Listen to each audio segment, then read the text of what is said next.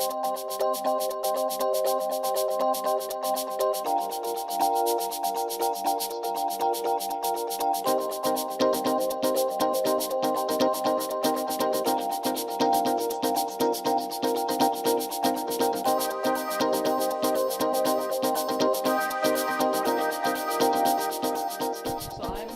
Sabine. Many of you probably know me as patients, as mothers, as friends. And I'm actually living in Greece for the last 17 years, and the very much reason that I am here is actually love. So if you would have audited me 20 years ago and have asked me, what do you expect from your life and where would you see yourself in 20 years, I would nowhere said practicing in Greece, having 4 children and a busy practice. So basically the very result of love that struck me, you have this whole chain of neurotransmitters kicking in, and you have this butterflies in your stomach, your knees, they get weak, and you have noradrenaline and phenylethylamine, which are hormones, and testosterone, which is, by the way, not only important for men. Testosterone is also a very important hormone for women that we always underestimate, and it's so necessary in order to keep the desire of love going.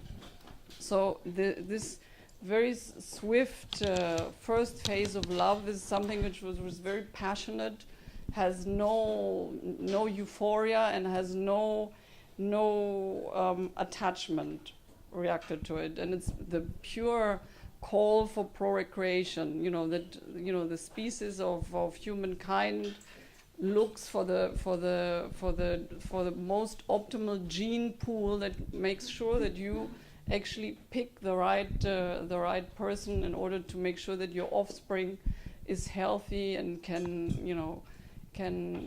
fight off any kind of infections. I personally think that if you do have this infatuation relationship with somebody at the beginning, it's probably easier to overcome difficulties in life because you have a base that you kind of build together on. But I think be aware of in what phase you are, where you would like to influence it, where you would like to improve, and go this little extra mile. Go and take the time with your partner. Be connected and consciously wanting to be connected, and I think it makes all the difference. I mean, I do really think that we don't spend enough time on thinking of how we could improve also our hormones, and it will affect the thyroid, it will affect the body weight, it will affect everything. One question I wanted to ask you, Sabine, because you never finished this conversation, is that you said at one point that even the cycle, the day of your cycle is important in meeting somebody, something like that. You said something like that. I want to know. I mean, the truth is that men are very attracted to high-pitched voice. Not weak, but a little higher. I mean, yeah, there's a lot of I mean, my voice doesn't really work, so it's the kitten voice. The kitten. So there is actually evidence, a lot of evidence, that the voice, the tone of your voice goes up just before ovulation. What I wanted to share with you is that, first of all, the brain, thank you, Sabine, thank you. The heart, and always say, oh my God, I feel. You do not feel. The heart is something that goes and pumps the blood, right? Just responding. Thank you. It's just responding. So if you want your life to have a different turn, you have obviously to do different things, because you can't complain about things being the same when you do the exact things you did the night before. So talking about love, and because so many of you are looking about the one, okay? My question always, and having met the one at 38,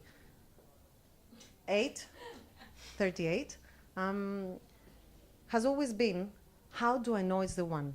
I mean, what's your basic question? What would be, is there, you're saying, is there the right one? Who else has a question like that?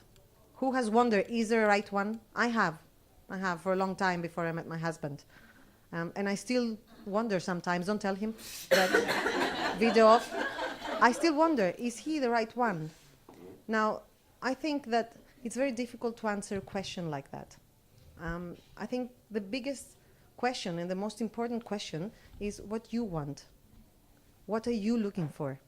It is true that when you look at somebody, really, really look at them and touch them, it does things to you.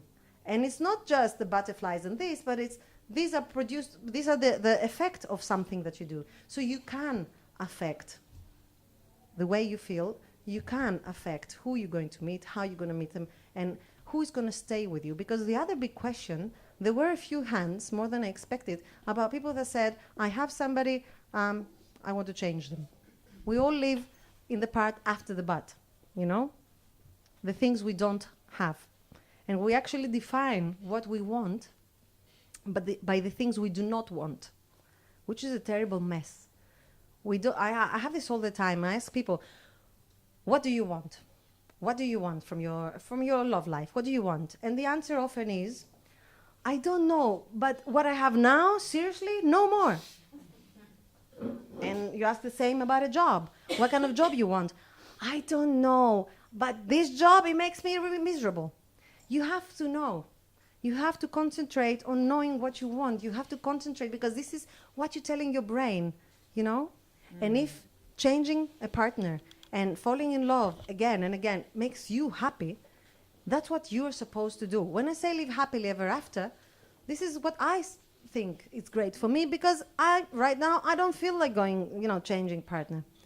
But if you feel that diversity is very important for you, it's really important that you live it. Well, I think, if you're friends with somebody for years and you have shared, your problems, your happy moments, your everything that is important to you, I think that you do reach this, the phase of attachment. The fourth, right? So the fourth, that you do reach the. Yeah, and You're then attached, of course. you're attached, so you might not go through this swift passion, estrogen, testosterone, hit me with the vasopressin phase. But I do believe that if you do have this attachment, there's a certain beautiful row of hormones that kicks in, and you can become lovers. I mean, that's actually something that if you look into the science, is not the most solid base. Because there's a lot of research that says that if you haven't had the swift, passionate beginning, it's more difficult for you to sustain difficulties in life. That's what the behavioral scientists say. Είναι πολύ σημαντικό να το μοιραζόμαστε με την ιατρική άποψη, με την πνευματική άποψη και με την πρακτική άποψη. Τι μπορούμε να κάνουμε, πώς μπορούμε να βοηθήσουμε. Και είναι εκ μέρους του Valentine's Day να το εστιάσουμε λίγο εκεί. Για σας τι σημαίνει, αν θα σας ζητούσα να μου πείτε ποια είναι η βιοχημία του έρωτα με μία φράση, τι θα λέγατε? Είναι ένα chain reaction of hormones που θα ακολουθούν στον εγκέφαλο. Για μας είναι πολύ σημαντικό ο συνδυασμός. Γιατί για τον έρωτα έχουν υποθεί πολλά, για τις ορμόνες της εκάστοτε έχουν υποθεί πολλά, αλλά το σημαντικό είναι να καταλάβεις ότι αυτή η μορφή τρέλας είναι κάτι το οποίο δεν είναι τρέλα, είναι κάτι το οποίο μπορεί να ελεγχθεί.